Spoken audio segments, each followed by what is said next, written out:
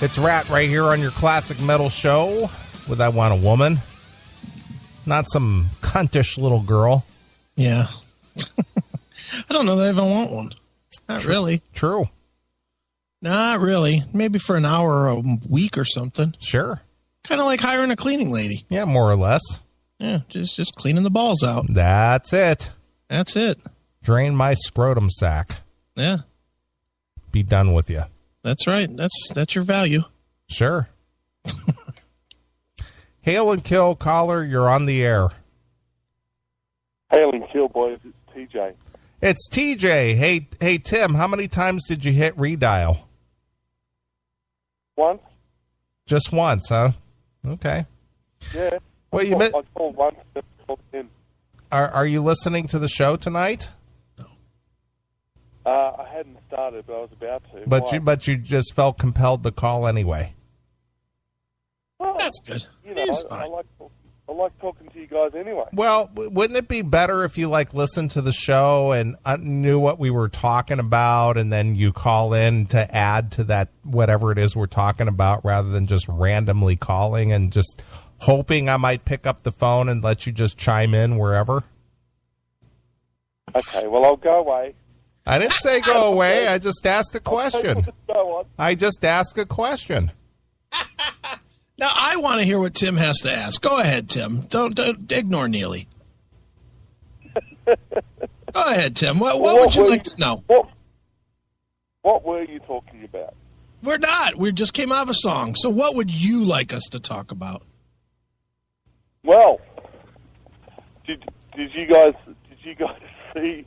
Look, I only saw some videos on YouTube, but Axl Rose looks fatter than Vince Neil. Did I not call this fucking call 100% 2 hours ago? Absolutely. Neil? And Tim, you would do yourself and the rest of us a favor if you would actually speak into the phone when you talk. Right. Is that better? Much better. Continue doing that. Tim, I literally said at the beginning of the show that Tim would call in and ask about the Guns N' Roses appearance. Well, that's because I've got no freaking life outside of this shit. All right, Tim. Tim, we're about to talk about Rat. Why don't you listen to us talking about Rat, and then you can call in when we talk about Guns N' Roses, which we have not done yet, and you can offer your opinion at that point. How does that sound?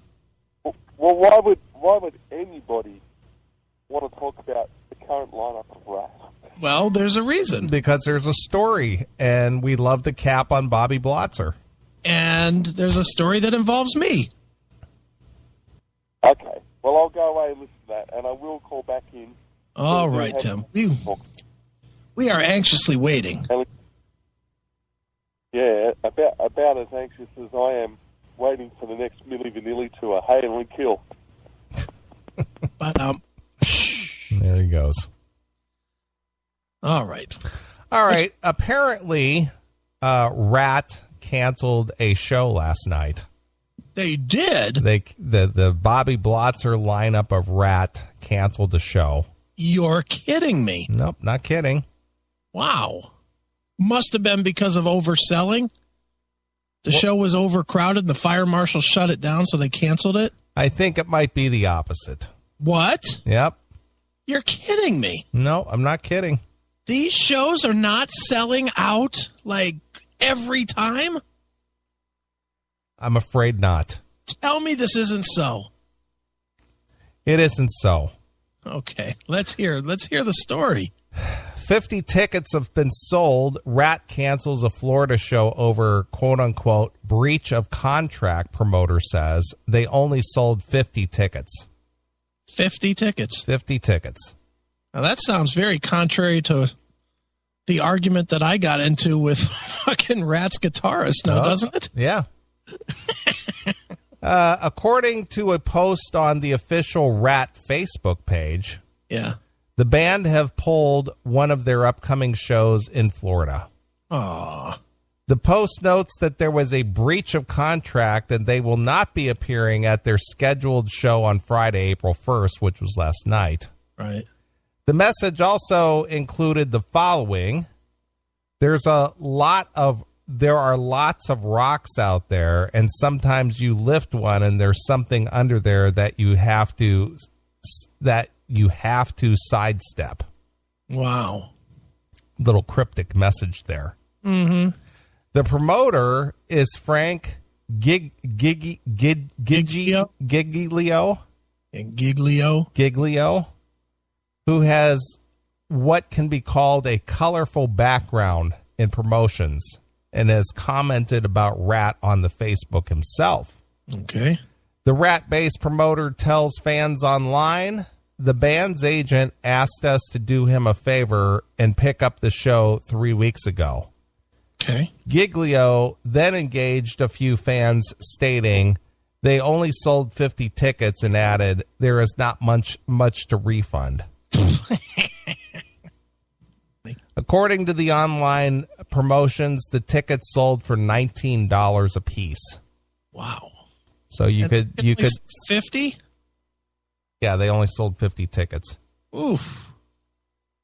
Wow. So for a 20 spot, you could have seen get $19 tickets to Fake RATT. No, Harapalooza 2016 at the State Theater in St. Pete. Okay. With RATT, Firehouse, Trickster, with performances by Crush Tone and Edge of Red. I don't know those last two, but okay. Must be locals, but Harapalooza featuring RATT, Firehouse, Trickster, which those three were in Toledo 2 weeks ago. Right, and you went. I did. Yeah. So anyway, they couldn't sell 50 tickets. Nice. So with three bands on the bill. Yeah. Three bands, they sold 50 tickets. Yeah, they couldn't sell more than 50. That's pretty sad. The funny thing, dude, did you read some of the comments that are on that story? I'm reading the Twitter feed. Is that what you're saying? No, the story was also on Facebook. Okay. And one of the comments was, Firehouse, Trickster, and RATT, that's guaranteed to sell thousands of tickets. Thousands. And the guy was trying to say that it had to be the promoter's fault because that lineup is guaranteed to sell thousands of tickets. Yeah.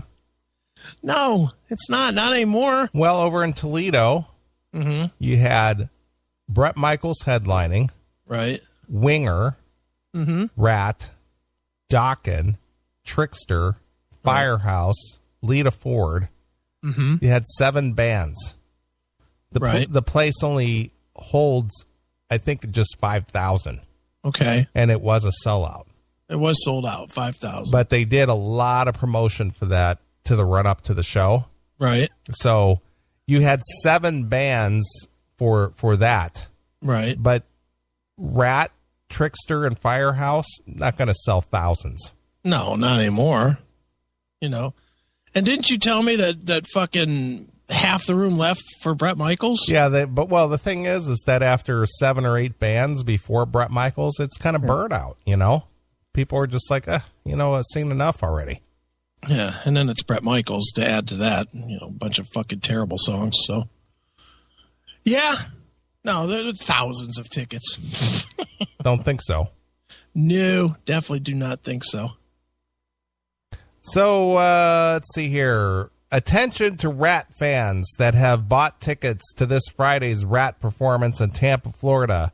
There has been a breach of contract between Florida promoter Frank Giglio and WBS Inc., which is Warren, Blotzer, and Steven. Right. Therefore, RATT will only be playing the April 3rd Sunrise, Florida performance at the Markham Park Festival. RATT obviously has the fans' best interest at the forefront of this and is making it clear that Mr. Giglio is the sole responsibility bearer for this, and the refunds are due back from any of the purchases made on the purchase tickets from Frank Giglio. There's lots of rocks out there, and sometimes you lift one up and there's something under there that you have to sidestep. Thank you, and see you all again very soon. Our apologies, RATT. Yeah. But why doesn't he say what the breach was? Why does he have to be cryptic about it? Why can't he say they guaranteed us whatever, X amount of money, and they didn't deliver it or whatever? Why wouldn't you say that? Yeah. Unless you're making something up. Sure. That's the only, look, that shit happens all the time. It does, especially if these promoters don't have the guarantee money. Mm-hmm. They end up welching on it because they don't have the money. Right. But the band will usually say, we're not playing because the promoter didn't come up with the coin. Right. Not breach of contract. Well, that would be breach of contract, but I guess, Bobby needs to keep all doors open, even if it's dealing with a snake in the future. You know what I mean? I guess. Hail and Kill caller, you're on the air. I have a question about this. All right. I thought you said who wants to talk about RATT, but apparently you do. Well, I just had a thought as you guys were talking. Should we really be criticizing any of these guys? Tim, you are so muffled when you talk. What is wrong with your phone? Is that better? Yeah. What was it you asked? Criticizing any of these bands? What do you mean criticizing them? Well, because the reality is they've all achieved a level of success, whether it be RATT or Dokken or Motley Crue or AC/DC and all, that millions around the world aspire to achieving. Yet we seem to want to take, me included, we seem to want to take pot shots at them. Well, it's because when they become a parody of what made them great, that's when it becomes ridiculous. It's just like something that Chris and I talked earlier about in the show, since you weren't listening, about a woman who is a hot piece of ass when she's in her younger years, and she reaches her mid-40s or maybe her early 50s, and she continues trying to be that hot piece of ass. Then it goes to being ridiculous looking. You follow the parallel, you follow the logic there. So she goes from being a smoking hot cutie when she's younger, and she can wear the makeup and the hair and the hot clothes and all that when she was younger. But she becomes a mom 4 times over, puts on that mom weight, gets to be in the mid-40s or early 50s, and she's trying to dress like a teenager and act like one. Now, would you take shots at her, or would you say, man, she's still pretty smoking hot. Look at how she dresses like a 20-year-old. Or would you be or would you be critical and say, man, she's kind of like kind of making a fool of herself? Yeah, nah, you're right. I'll hang up now. Hail and kill. I guess I framed that pretty well. Yeah, I would say so. And not all the bands that have achieved that diminish their value. Look at the Rolling Stones. Nobody has anything bad to say about them. Or AC/DC. Well, they do now. But up until this point. Yeah, up until now. Nobody had nothing bad to say about them either. Right, because or Iron Maiden. Yeah, nobody has really anything to say about Iron Maiden either. Because they've maintained their integrity in what they do. Yeah, Judas Priest, same way. Absolutely. Black Sabbath, not so much. Yeah, because they've clowned their band. So, yeah, I mean, that's it. These guys are... And part of it is this band calling themselves RATT have not achieved this fucking high level of success. No. Just the drummer has. The rest of these guys are just guys. They're just guys. Yeah, they're just dudes. Yeah, they're no more integral to the success of RATT than I am. The only thing that they've done is played a couple of shows playing those songs. Right. They're a tribute act. Yeah, that's it. And I mean, I guess that's, I of course think about this all the time because, we are pretty hard on RATT, especially for this. And maybe we're a little bit too hard on them just because this is not new. Here in Cleveland tonight, they're having the annual Moondog Coronation Ball. Mm-hmm. And I have a friend that's there, and he's been texting me all night, kind of goofing on the different acts that are there. He's there for work. So he's been goofing on the bands, and he said if you added all the bands together, you might get one band worth of original members. Right. And that is kind of, it's kind of where we're at now. And maybe we are a little bit too hard on Blotzer on this a little bit, except for he made all his legal bullshit public. He did. He made us hate RATT. Right. And that's really if Blotzer would have said, look, I'm not going to discuss this fucking legal stuff and not come off like a douchebag, because he really comes off like a douchebag. Insulting, for me, I don't give a shit. Stephen Piercy, love Stephen as a guy. I don't know his business. You don't know his business. He's outside of us just personally liking Stephen. We don't really know Stephen. No. We like him from what we know of him, but we know him as a rock guy. He's always been nice to us. That's all I'm going to say about Stephen. That's it. And Warren, we don't know. We've met him. We ate lunch with him. Sure. That's as close as we're ever going to get to Warren DeMartini. We ate lunch with him once. Sure. So in reality, we don't know these guys. But these guys were, or as a band, we all grew up with RATT as an influence on, our music listening or whatever. And here comes this guy, the least important part of the band, talking shit about them. And then trying to make us hate them. And not only that, but suing the guys that made RATT what it was. Yeah, suing the guys that made it important to us. Yeah, and the thing is that, 2 weeks ago when I was in Toledo and Don was on the phone with you. Yeah. He was just so funny about talking to Bobby, because I was standing right behind him when he was talking to Bobby. Right. And watching Winger on stage. Right. And Bobby basically went off on this tirade. Don didn't even ask him. Right. He went on this tirade. I'm going to sue Juan, and I'm going to sue Steven, and there, I put millions of dollars into this, and I'm doing this. And it's like, dude, I'm just watching Winger. Yeah, shut up. I didn't ask. I don't care. Exactly. But when he was on the phone with you, yeah, it's like, she's only 17. I'm fucking suing Steven. I'm fucking suing Juan. I'm fucking... She's only 17. I put millions of dollars into this. And dude, it's sad. It is really sad.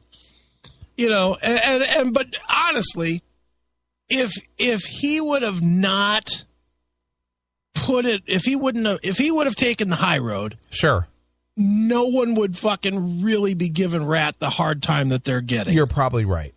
But he didn't. Instead, he took the low road, tried to look like look at me, I'm a Billy badass. When really you're not a badass when you're suing your band. Right. You're just a bitch. And he's getting the proper blowback for it. Yeah. Well, you know what's kind of sad where the RATT thing is concerned? Mm-hmm. Steven started RATT before any of the other guys were even part of the band. Right, when it was Mickey RATT. It was Mickey RATT. Right. He started it. Mm-hmm. And he can't even use it anymore. But it's no different than back in the late 80s. Right.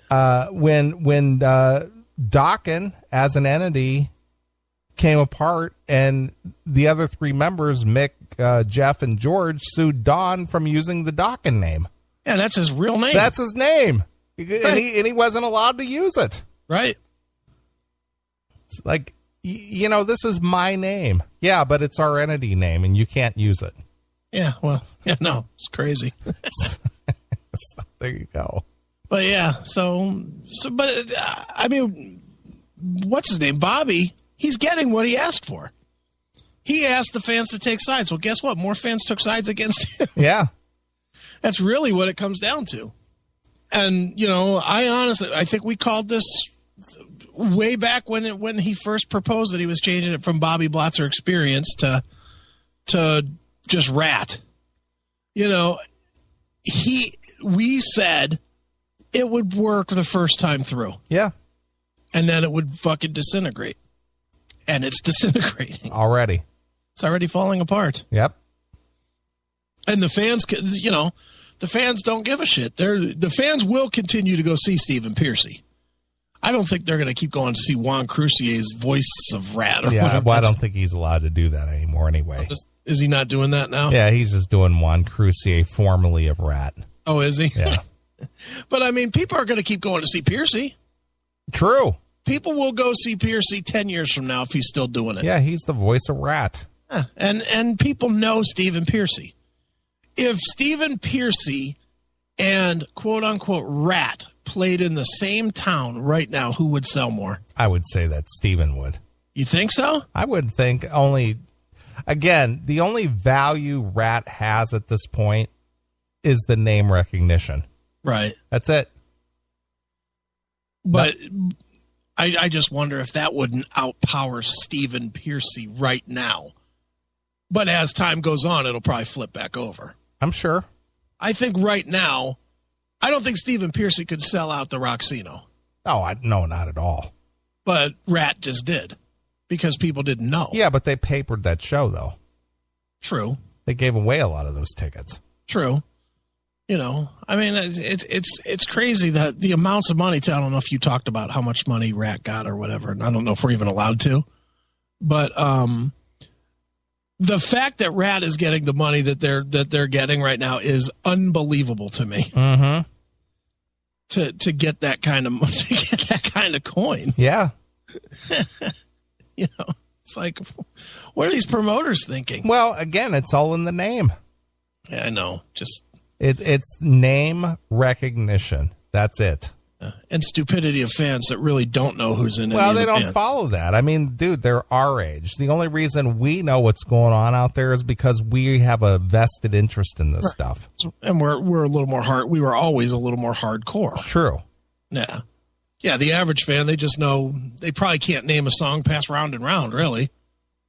You know, I mean, do you think the average fan that was at the Rat show at the Roxino or at the Toledo show or whatever, of the people that went to Toledo use Toledo, of the people that went to Toledo to see Rat, not to see Bret Michaels, but saw that Rat was on the bill and decided that they would go, do you think that those people, what do you think the percentages of those people that would have known more than 4 songs by Rat? Yeah, very few. I would say 20%. Yeah, I would too. I mean, more than likely they know Round and Round.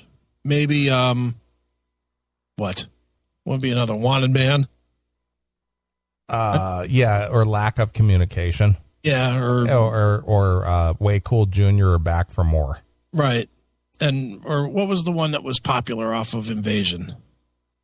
Lay It Down. Yep. And if you're a fan of the movie Point Break, of course, Nobody Rides for Free. Yeah. But again, now we're getting into our geekdom of knowing everything about Rat. Almost every one of those songs that we just named, I've never heard on the radio. No, of course not. At least not in the last 25 years. But I will tell you that when I was at the hotel after the gig, and I was standing there talking to the singer, Josh. Yeah. Real nice guy. Sure he Very is. friendly. I told him who I was. He says, I know who you are. That's what he told me. I know who you are. Nice. He says, I heard your podcast. He told me.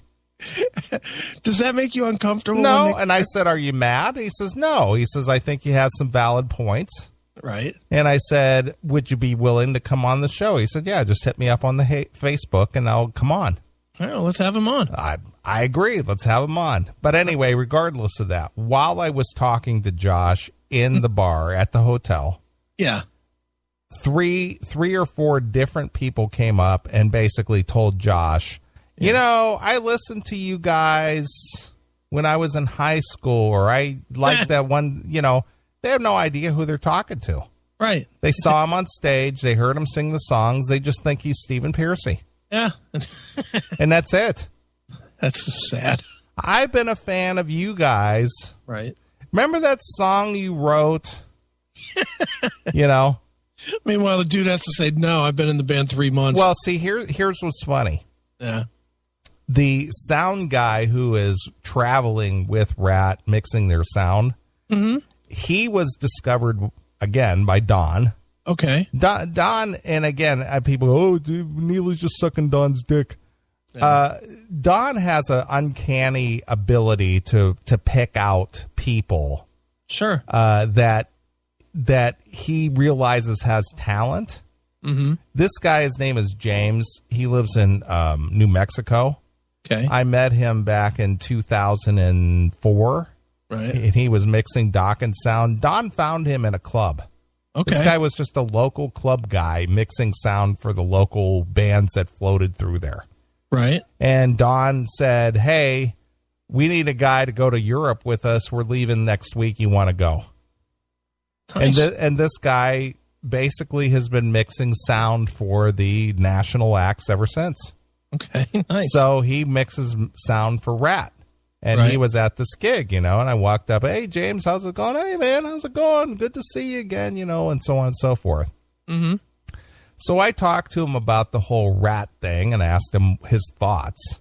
Right. I said, I know you're working for them. I'm not asking you to badmouth them or anything and this and that. And he's just like, well, talent-wise, this group that Bobby assembled, he said, talent-wise, I think that they're really proficient. They sound great. They perform well, this and that. I said, I don't think anybody's arguing that. Right. I said, how about Josh? I said, I just spoke with Josh. I said, while I was standing there, half a dozen people came up and basically talked to him like he was Steven. He goes, yeah, I know. At first, that was a real difficult thing because he had to dispute I'm not Steven, I'm not the guy, I'm not this and that.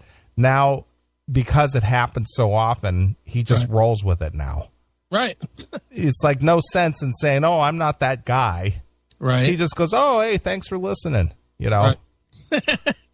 So funny. Yeah. I mean, what else are you going to do? You're going to dispute every person that comes to you and says, hey, that song you wrote back in blah, blah, blah. Yeah, I know that song. Yeah. I mean, this kid was born in 1980. Right. He was born in 1980. Right. They were releasing songs about 82. Yeah. So he was 2 years old when, when the EP came out. More or less, yeah. It's great. So, while I stood there, he didn't dispute anybody. Hey, can I get a picture? Yeah, sure. Get a picture. Yeah, why not? Hey, can I get your autograph? Sure. Here's my Rat CDs. He signed every goddamn one of them. Nice. It's like, what are you going to do? Yeah. I'm the singer of Rat. Yeah. I don't blame him. And again, I don't have I don't think like you said, I don't think we've ever said that they were not talented. I don't think we've ever said that, not one time.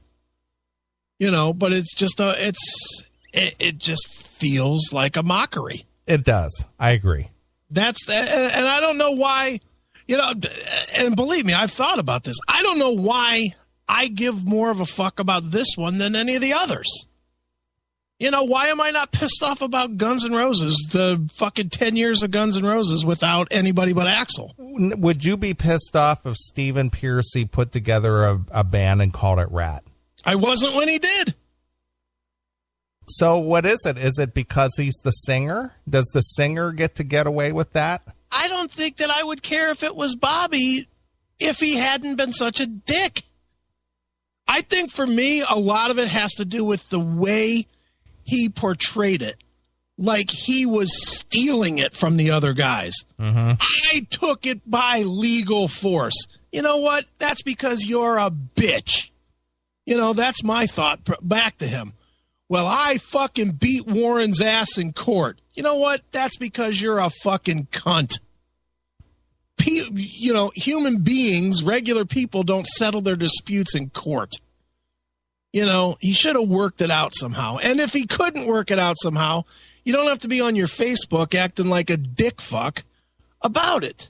And I think that, and again, I'm only speaking for myself, but I think that's why I have such a... Well, I'm going to probably agree with you because the disdain I have for Facebook and people putting it all out there. Yeah, dragging your personal business out there. Remember when Steven first decided he was going to, I shouldn't say first, this last time he decided he was done with RATT. Yeah. And how Bobby was on there every other hour basically bashing Steven. Yeah, right. That got to be really classless.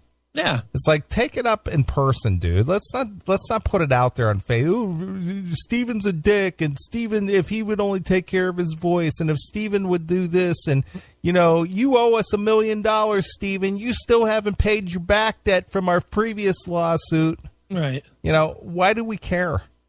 Well, and not only that, and by contrast, when we had Steven on, Steven asked us not to go there. Yeah, and during the interview, while we had him on, he said, there are things that I can't talk about, and I won't, breach that. Right. He handled it with some semblance of dignity. Right. And maybe that didn't make the fans happy because, the fans are, salacial in effect and, where they want to hear the dirt sometimes. But most of the time, being classless does not do any favors for anybody. I agree. And it's not with Bobby now. He's a classless asshole. Right. And that's I think that's why the hardcores are so hell-bent against it, versus other bands. I got it through attrition, man. Yeah. I outweighted Warren and Steven, and now it's mine. Yeah, fuck you. I'm the last man standing, so I deserve to have the name. Yeah, well, fuck you. As far as the other guys, I don't think we have any problem with any of those guys. None of them. Maybe me with Doc Ellis, but that's... Hail and Kill Caller, you're on the air. I think a lot of it boils down to how musically legitimate you can be, whether you're musically legitimate or not, whether you can release new music that actually counts. Dude, the days of releasing new music is over. It's over, Tim. I'm sorry to tell you, but the days of new music making it worthwhile to record anything is over. It's a sad day for all of us, Tim. It's a sad day, but it's over. But they can still do like a couple of songs, and they don't have to release full length. But people weren't going to judge these seminal these bands on their ability to perform with new music. It's not going to happen. People they've already established their reputation and what they did 30 and 40 years ago. What they're doing today, nobody gives a shit. Nobody cares. They just want to hear the hits. That's it. Well, in this case, if you want to sell it to the world, which obviously they probably want to try and do, then you might do a DVD, or you might do something where people outside your country can actually see what you're doing, or I don't know, but I think it all depends on whether it's musically legitimate or not. Tim, are you a Firehouse fan? Tim, are you a fan of the band? Are you a fan of the band Firehouse? Not really. Okay. Let me think of one. Are you a fan of? Okay, you're a fan of RATT? Yes. What's your two favorite songs off Infestation? I'd rather support Stephen Pearcy. What's your two favorite songs off of Infestation? Eat Me Alive, or what was the single, The Best of Me? That's not on that one, is it? Probably, I've forgotten what there's another single on there. Hang on, I'll pull it up. So you're just a fan of the singles. So I bought the album. Eat Me Alive and Best of Me, which they released a video for. Yeah, hang on, As Good as It Gets. What's your favorite song? What's your favorite Fueler song? Since you're a fan of Stephen Pearcy. Eat Me Up Alive, Best of Me. As Good as It Gets. Last call was pretty cool as well. Probably those three. Lost Weekend or Last Call. Here's the difference, though, Tim. If I ask you your favorite three songs off of fucking Out of the Cellar, you don't have to go to the disc to find out. Well, that's true, but I've lived with that album a lot longer. Okay, if you went to a Rat show and they didn't play Best of Me or fucking Eat Me Alive, but they did play Wanted Man, you'd be fine. No, I'd be disappointed. I'd rather hear Best of Me, actually. I think that's a great song. And I also really like the Rat album from 1999 too. Oh, Tim, you just made yourself look insane. No, that album was terrible. I'm insane as from Out of the Cellar. Yeah. No, Tim's insane. That's from today. I know. I'm just being funny. My favorite Rat album is Reach for the Sky, probably. Oh, Tim! That's like the last. That's like next to the last one, isn't it? Well, then there was Detonator. Yeah, that's what I'm saying. Next to the last one. Tim, that was more commercial. He looks at all the good records and says, "What came after that? That's what I like the best." Generation Swine, fucking City to City or whatever that fucking album's called. You Reach for the Sky. Come on, Tim. Reach for the Sky. Oh, I love it. What was on that? I Want a Woman? Yeah, I Want a Woman. City to City, Way Cool Jr. City to City, I Want a Woman. Way Cool Jr., Don't Bite the Hand That Feeds. I Want to Love You Tonight. Chain Reaction, No Surprise. Bottom Line, What's It Gonna Be, and What I'm After. Yeah, that's the one where they took Rat's gritty sound, smoothed it out, and poured a bunch of sugar on every song to make it bubblegum pop. Ugh. Well, what can I say? I like it. Well, it's ear candy, right, Tim? Well, it's better than dick candy. Jesus Christ. Well, Tim, for a guy who not 40 minutes ago made the proclamation, why would anybody want to talk about Rat? You've called in 3 times on this subject. But we're talking about the old. I support. Well, until Bobby Blotzer can come out with something musically legitimate with this lineup, I support. You've used that term 3 times. I want you to explain, what does musically legitimate mean? What does that mean? Musically good. What does that mean? Well, it means putting on decent live shows. It means was the Warrant lineup with Jamie St. James musically legitimate? No, I didn't really like that record. So because you didn't like it, that makes it musically illegitimate.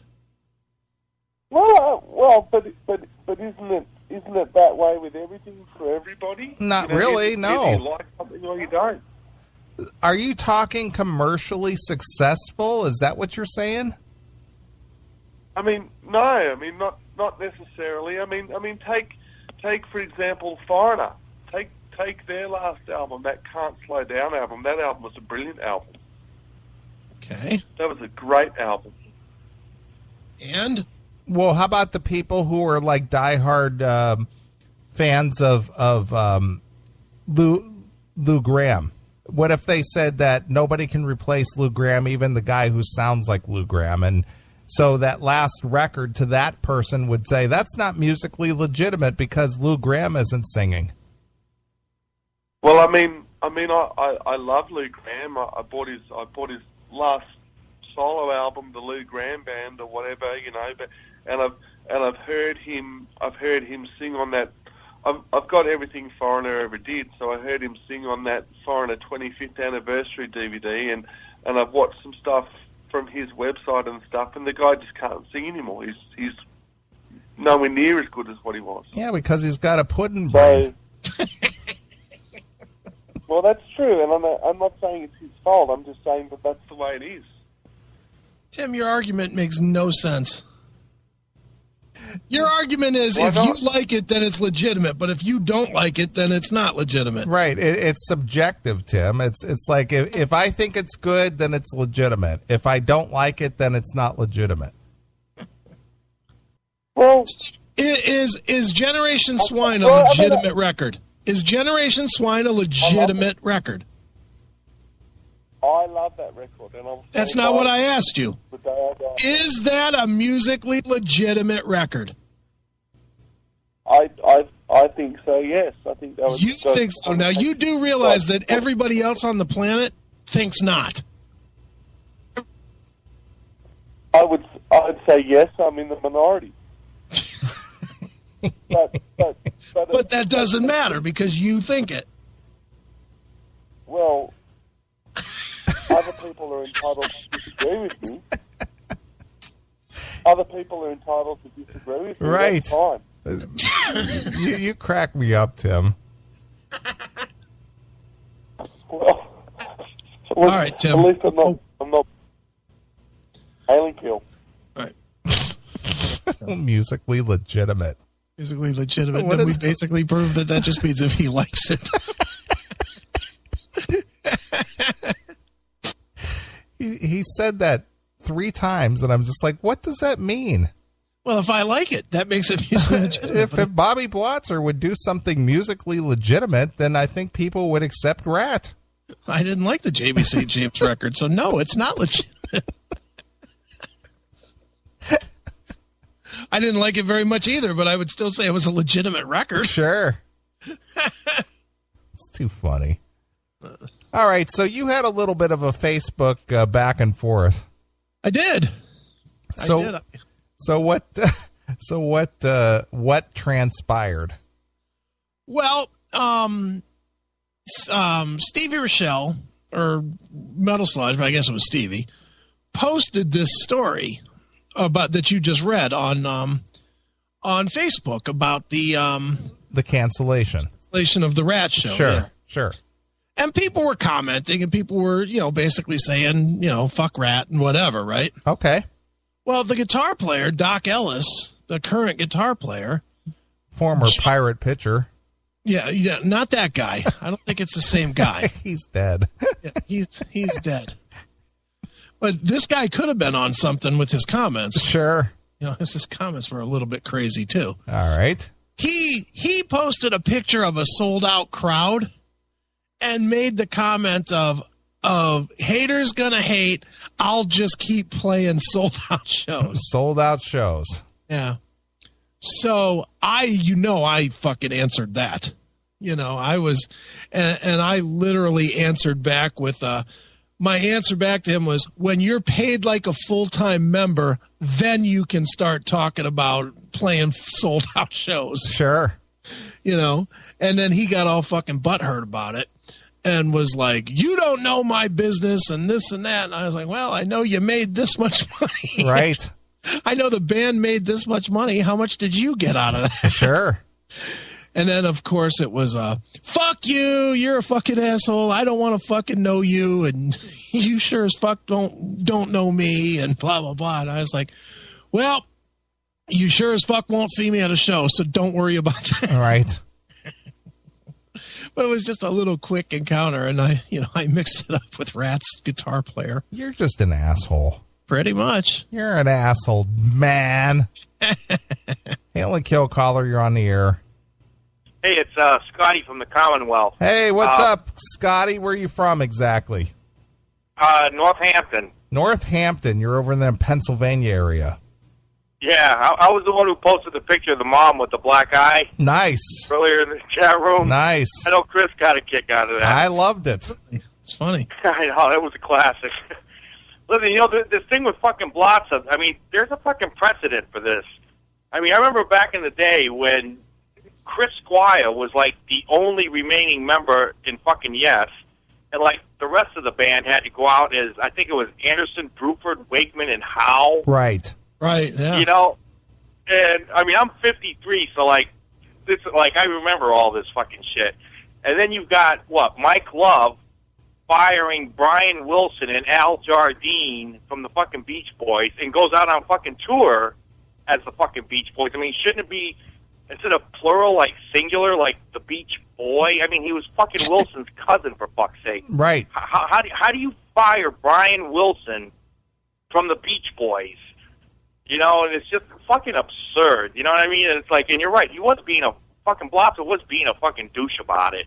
Right. I mean, if he'd just been cool and just say, listen, this is business, I got to make a living, got to pay my fucking bills, I think it would have been a lot more accepted by the fucking Rat fans.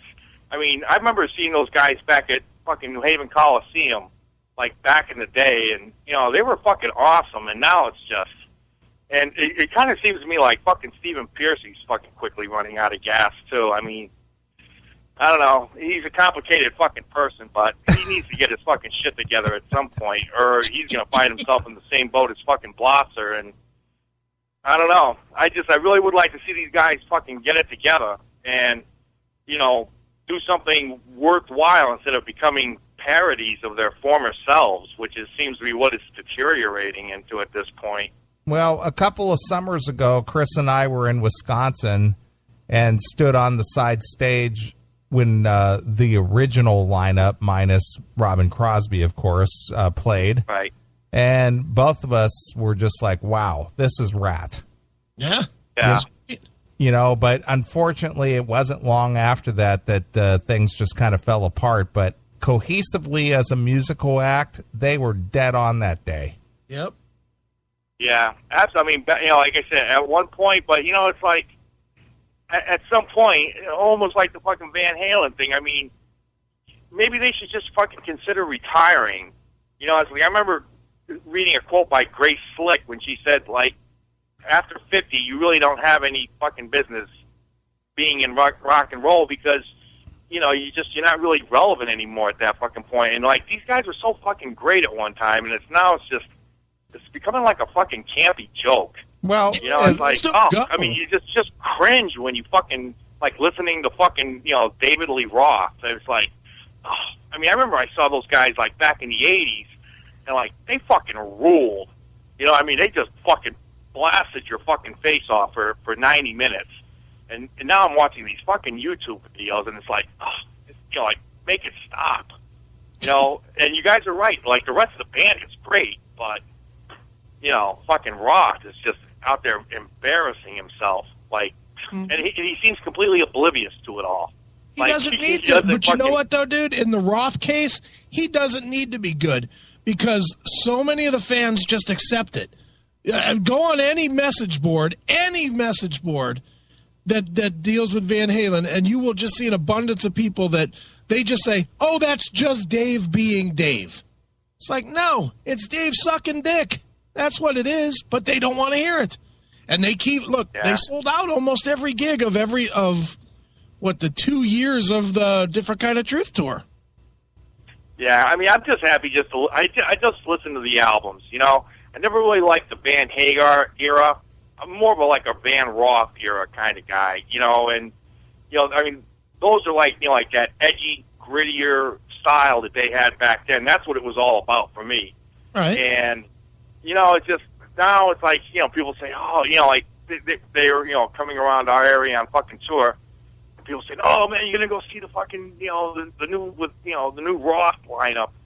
I'm like, nah, not so much, you know. It's like, I just assume fucking listen to my albums, you know, and just appreciate them when they were fucking great instead of, you know, like this fucking, I don't even know what to fucking describe it. I mean, I watched the, what the fuck are they doing on Ellen, for Christ's sakes?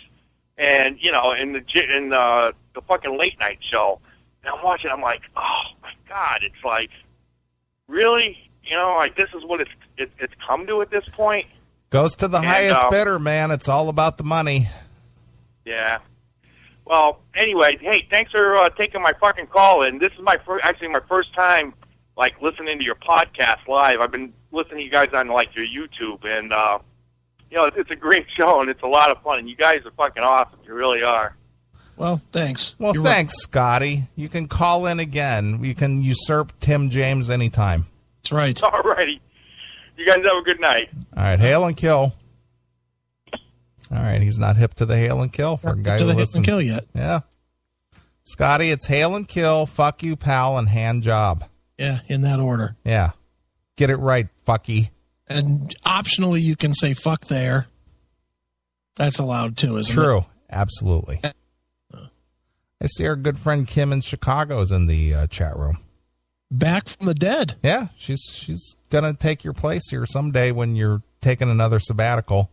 Might be sooner than later. Who knows? So Kim, get your little Mustang fired up and head this way when Chris is off again. That's right. Because it might be coming sooner than you think. Because she's a worthy co-host. Yeah, well, anybody's a worthy co-host if you'll let me do it. It's a step up no matter who you get. Well, Kim stepped up to the plate for the first time, and she did very well. That's good. She did very well. It's good to have options. I agree. You know, that's why I keep John and Steph and Bartek and. Yeah, unfortunately, I'm not in a place where I have that kind of access. Yeah, I know. Well, you have people, but they're just too fucking lame to do it. Yeah. I would love to hear. Even I would too. I would take a week off on purpose just to hear a show complete with, but you would have to power it and you would have to not take any kind of soft bullshit. I would love to hear you and Lawyer Fred. You know, I don't know even what's going on with him, to be honest with you. It's been literally a couple years since I talked to him more recently than you did. Really? I talked to him maybe 2 months ago. Is that right? Yeah, he reached out to me about some web work. Wow. Yeah, it didn't come to be, but well, regardless. But I did. I chatted with him. I traded a couple emails with him about a year ago. Yeah. I like Lawyer Fred. I do he's too. got some funny opinions. Yeah, he's a good dude, and I've invited him down. But you know, he's another married guy, another miserable and married another guy. married dude. That's I got to see what the wife says. I don't know about being out that late. Yeah, even though he only lives like literally 5 minutes from my place. Right. But the wife's not going to allow him to come home at 3:05. No, of course not. Fuck that. What kind of trouble were you getting into? He loved coming in and sitting in on the show. Remember, he used to come in just about almost every other week? Yeah. And he used to sit in and just chime in every now and again.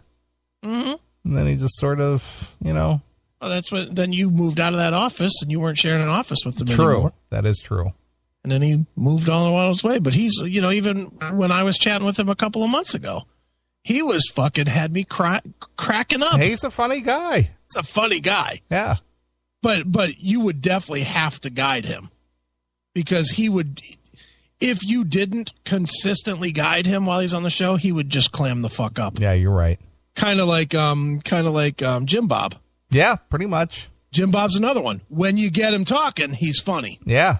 But getting him talking is like fucking pulling teeth from an infant's mouth. It's fucking not easy. Yeah. I'd like to hear that. Yeah, that'd be fun. It would be. All right. Well, I need a drink. All right. Are we done talking with Rat? As far as I'm concerned. All right. Well, let's get out of this with a little Rat tune. Okay.